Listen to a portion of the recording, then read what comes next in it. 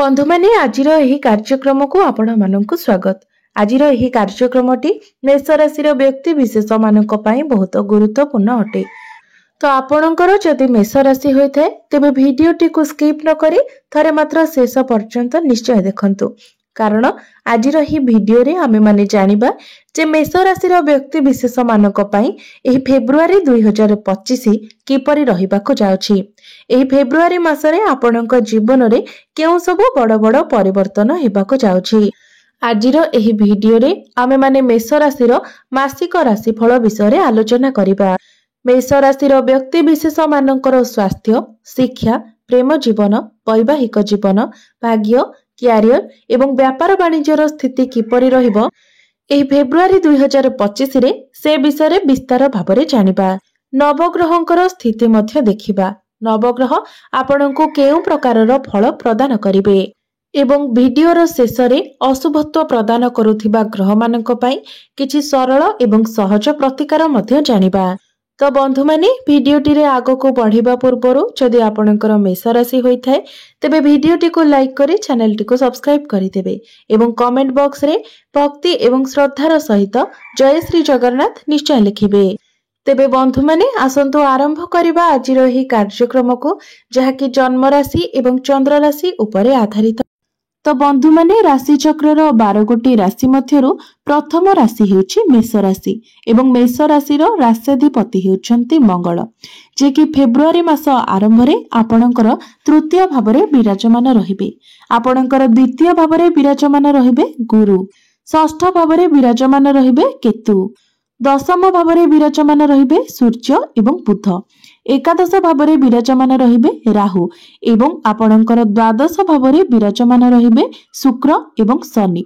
तो सर्वप्रथम आसंतु जानि नेबा आपणकर स्वास्थ्य किपरि रहिबो एही फेब्रुआरी 2025 रे। तो बंधु माने कुंडलीर प्रथम भावटी होइथाय आपणकर स्वास्थ्यर भाव, इम्युनिटी सिस्टम रो भाव एवं आपणकर प्रथम भावर अधिपति हेउछन्ति मंगल, जे कि आपणकर तृतीय भावरे विराजमान अछन्ति एवं एही मासरे मंगलंकर कोनोसी राशि परिवर्तन मध्य हेबार नाही।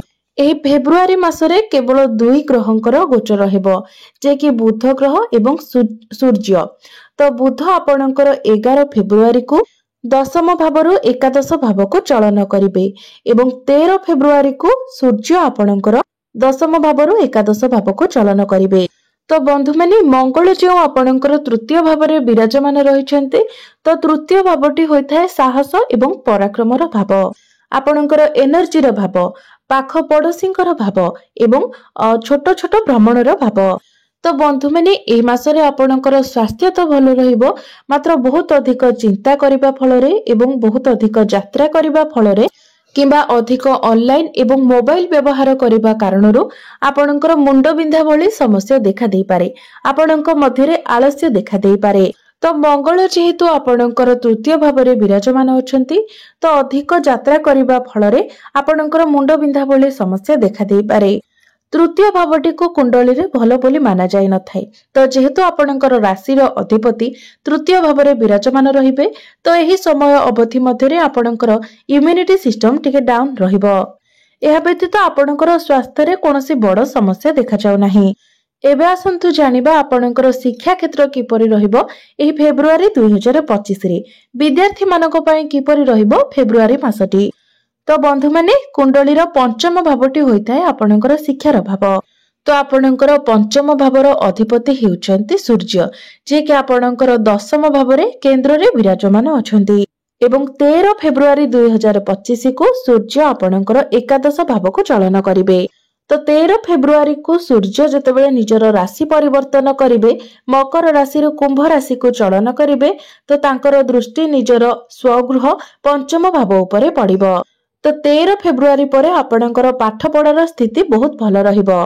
तो 13 फेब्रुआरी 2025 परे जदि आपणकर कोनोसी एग्जाम रहिछि किंबा पाठ पढ़ा सह संबंधित आपण कोनोसी भी डिसिजन नेबा पई चाहुछंती, किछि फॉर्म फिलअप करिबा पई चाहुछंती, एडमिशन नेबा पई चाहुछंती, किछि भी करिबा पई चाहुछंती, तो 13 फेब्रुआरी परे निश्चित भाबरे समय आपणक पई अनुकूल रहिबो। आपणको एही सब क्षेत्र रे शुभ फल मिलिबो।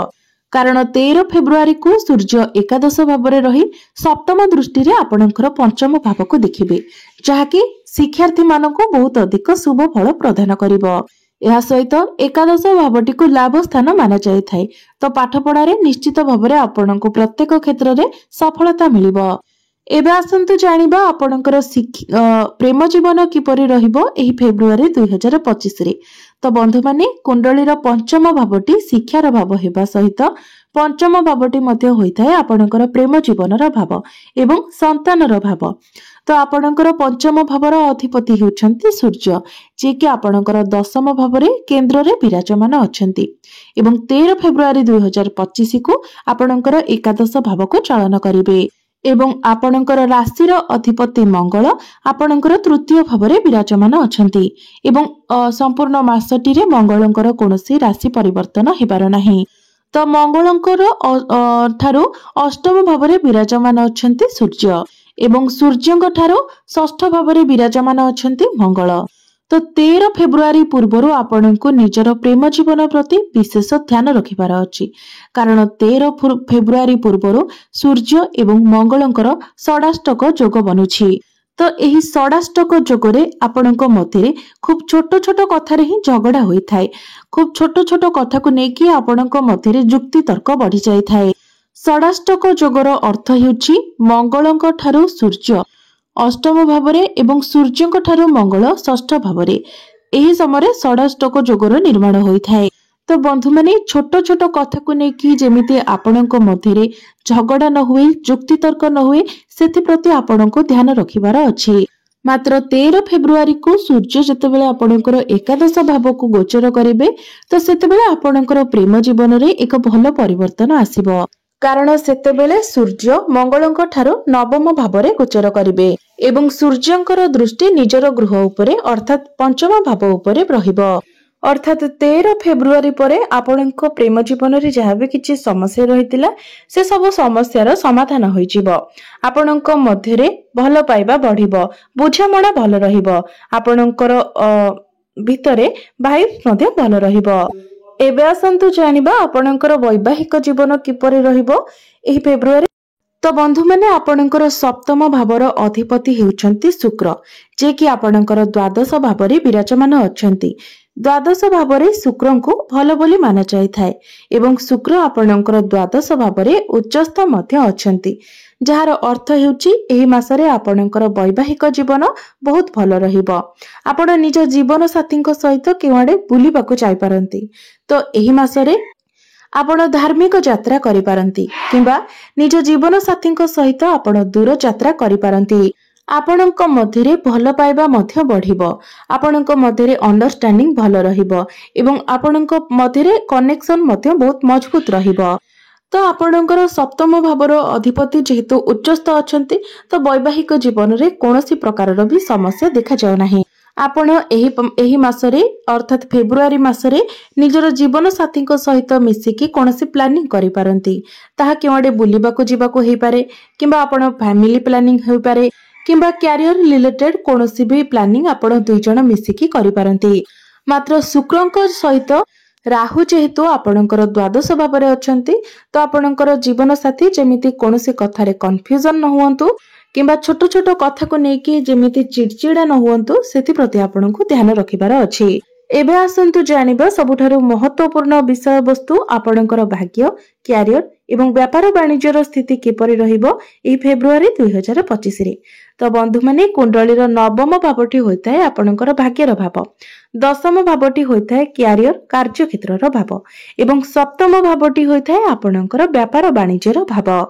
तो आपणकर भाग्य भावर अधिपति अर्थात नवम भावर अधिपति हेउछन्ति देवगुरु बृहस्पति, जे कि आपणकर द्वितीय भावरे विराजमान अछन्ति एवं द्वितीय स्थान रे विराजमान रही गुरुंकर दृष्टि आपणकर नवम भाव उपरको ही रहुछि एवं द्वितीय स्थानटी को धनर स्थान बोली माना जाय थाए।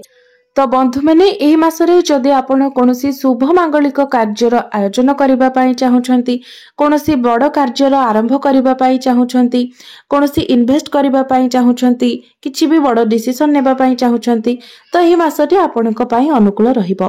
मात्र गुरुंकर दृष्टि आपणकर षष्ठ एवं अष्टम भाव उपरको मध्य रहुछि। तो आपणकर गैस्ट्रिक डाइजेशन प्रॉब्लम एवं स्टमक रिलेटेड प्रॉब्लम किछि देखा दे पारे। तो आपणको एई सब प्रति ध्यान रखिबार अछि एवं आपणको विरुद्ध रे जदि केही षडयंत्र करूछन्ति तो ताठारु दूरे रहिबा पई चेष्टा करंतु, अर्थात आपण निजर शत्रु मानक ठारु दूरे रहिबा पई चेष्टा करंतु। एबे आसंतु जानिबा आपणकर क्यारियर आपणकर कार्य क्षेत्र किपरि रहिबो एही फेब्रुआरी 2025 रे। तो आपणकर दशम भावर अधिपति हेउछन्ति शनि एवं शनि आपणकर एकादश भावरे विराजमान अछन्ति। तो शनि तो आपणकर भल स्थान रे विराजमान अछन्ति, मात्र आपणकर द्वितीय स्थान रे सूर्य बुधक सहित विराजमान अछन्ति। तो सूर्य एठारे आपणक मध्यरे नूतन ऊर्जार सृष्टि करिवे, आपणक मध्यरे सकारात्मक ऊर्जार संचार हेबो। बंधु माने सूर्य हेउछन्ति नवग्रहंकर राजा एवं सूर्य जतेबेले आपणकर दशम भावरे विराजमान अछन्ति तो आपण मध्य निजको राजा भली अनुभव करिवे, जहा फଳରେ आपण ध्यान देबे जे आपणक मध्यरे जेपरि अहंकार भाव न आसे एवं जुक्तितर्क ठारो आपण जेते दूर पारिबे दूरे रुहंतु। तो यह व्यतीत आपण निजर काम गुड़ी को निज हिसाब रे करबा को पसंद करिवे एवं बहुत भल शैली रे मध्य आपण निजर काम गुड़ी को करिवे। सूर्य दशम भावरे आपणक मध्यरे बहुत अधिक एनर्जी देइथांती, जहाकि पॉजिटिव एनर्जी देइथांती। यह सहित बुध मध्य जेहेतु आपणकर दशम भावरे अछंती तो आपणक मध्यरे बुद्धिमता मध्य बढ़िबो एवं आपण जेउ भली भावरे काम गुड़ी को करिवे सेथिपाई आपणको प्रशंसा मध्य मिलिबो। यह सहित सूर्य जेतेबेले दशम भावरे विराजमान थांती तो आपणको नुआ चाकरी मिलिबार मध्य अधिक संभावना रही थाए। सेथिपाई मेष राशिर व्यक्ति विशेष माने जो माने चाकरी खोजुछंती तो आपणकर चाकरी मिलिबार जोग फेब्रुआरी मासरे सृष्टि हेउची, सेथिपाई आपण निजर चेष्टा जारी रखंतु। मात्र जेहेतु आपणकर दशम भावर अधिपति शनि आपणकर एकादश भावरे रही आपणकर प्रथम भाव को देखुचंती तो यह फଳରେ आपणक मध्यरे जिद्दी स्वभाव देखा देई पारे। तो आपणको जिद्दी स्वभाव रखिबार नाही, एई सब प्रति आपण ध्यान दियंतु। तो यह व्यतीत जदि आपण देखिबे तो फेब्रुआरी मासरे आपणकर क्यारियर बहुत भल रहिबो। एबे आसंतु जानिबा आपणकर व्यापार वाणिज्य किपरि रहिबो एही फेब्रुआरी 2025 रे।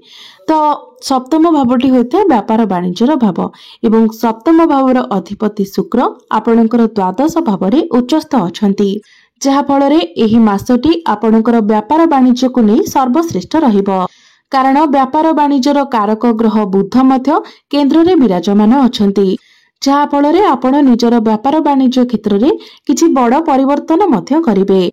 तो एबे आसंतु जानिनेबा किछि सहज एवं सरल प्रतिकार विषय जो प्रतिकार गुड़िक करबा द्वारा आपणकर समस्त अशुभत्व गुड़िक खंडन होई परिबो एवं आपणको अधिक शुभ प्राप्ति हेबो। तो सेथिपाई प्रत्येक दिन आपण हनुमान चालीसार पाठ करंतु एवं मंगल आपणकर दुर्बल स्थिति रे थिबा हेतु आपण प्रत्येक दिन मंगलकर बीज मंत्र मध्य 108 थर जप करंतु एवं प्रत्येक दिन आपण उदित सूर्य को तंबा पात्र रे जलार्घ्य अर्पण करंतु। निश्चित भावरे आपणको अधिक शुभ फल प्राप्ति हेबो, आपणकर भाग्य रे उन्नति आसीबो। तो बंधु माने आपणकर जीवन मंगलमय हेउ, एहा ही ईश्वरक निकट रे मोर प्रार्थना।